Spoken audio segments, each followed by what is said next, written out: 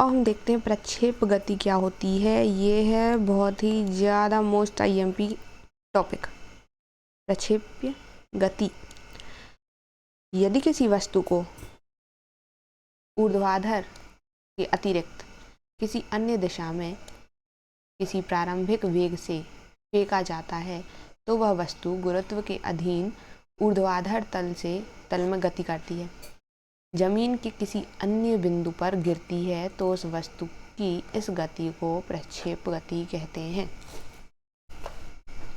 मतलब क्या है जैसे कि हम यहाँ पर खड़े हैं, ठीक है, जमीन पर ये है हम। अब यहाँ से हमने कोई एक बॉल फेंकी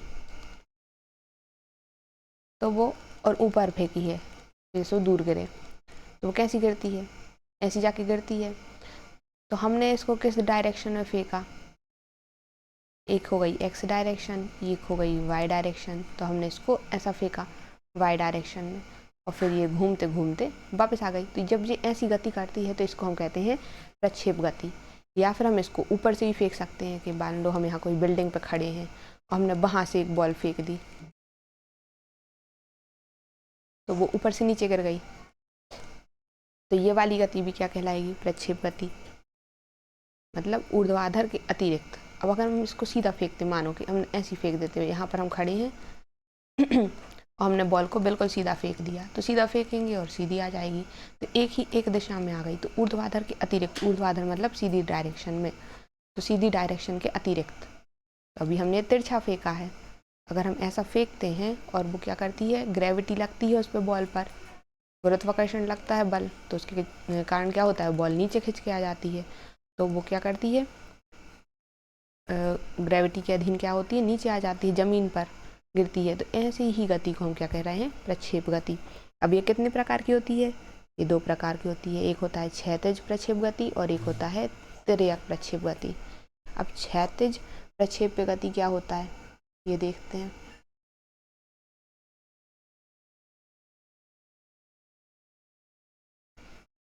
माना जमीन से, यहाँ लिखा है जमीन, माना जमीन से h ऊंचाई पर एक बिंदु O है, यहाँ पर एक बिंदु O है, जहाँ से एक प्रक्षेप को वेग u से क्षैतिज दिशा में प्रक्षेप किया जाता है। समय t पर प्रक्षेप क्षैतिज दिशा में x तथा ऊर्ध्वाधर दिशा में y दूरी तय करता है। मतलब इसको ऊंचाई से ऐसा फेंका, हमने फेंका तो था कि ये बिल्कुल सीधी लाइन में जाए, ऐसा फेंका था, लेकिन हुआ क्या, ग्रेविटी ने उसको धीमे धीमे खींच के नीचे गिरा लिया। तो यहाँ यही बताया गया कि जब हम फेंकते हैं क्षैतिज में, लेकिन वो कहाँ गिर जाती है, आके ज़मीन पर गिर जाती है और किसी ऊंचाई पर। यहाँ h ऊंचाई है, इस h ऊंचाई पर यहाँ O पॉइंट से हमने इसको फेंका है। अब हम निकालते हैं क्षैतिज गति के लिए कि क्या होती है। तो इस गति में प्रारंभिक वेग हम मान लेते हैं ux बराबर u है, और जो x है, मतलब जितनी डिस्टेंस है वो कितनी है, ux plus half ax t square. मतलब हम x में फेंक रहे हैं तो सब x के लिए मानेंगे, तो x बराबर ut प्लस हाफ। अब एसेलरेशन तो क्योंकि कुछ नहीं है यहाँ पर, शुरुआत में जब हम वहाँ अकेला सिंपली फेंका था तो कुछ एसेलरेशन नहीं था, तो 0 t स्क्वायर, तो x बराबर आ गया ut। मतलब t की वैल्यू जो आ गई है वो आ गई है x/4। मतलब इतना समय उसको शुरुआत में लगा जब तक वो सीधी सीधी चली। यहाँ ये बताया गया है, देखो ध्यान से, यहाँ पर वो पॉइंट है, यहाँ पर हम खड़े हैं, ठीक है, यहाँ से हमने बॉल फेंकी, तो सबसे पहले तो वो एक्स डायरेक्शन में ही जाएगी। अब एक्स डायरेक्शन में कितनी देर तक रहेगी वो, तो वो रहेगी t बराबर x/4 तक। उसके बाद वो धीमे धीमे मुड़ते मुड़ते वाई डायरेक्शन में आके यहाँ पर गिर जाएगी। तो वो हमने सबसे पहले निकाला कि एक्स डायरेक्शन में कितनी देर तक थी, तो ये आ गया। अब देखते हैं ऊर्ध्वाधर गति के लिए, ये तो हो गई क्षैतिज गति के लिए।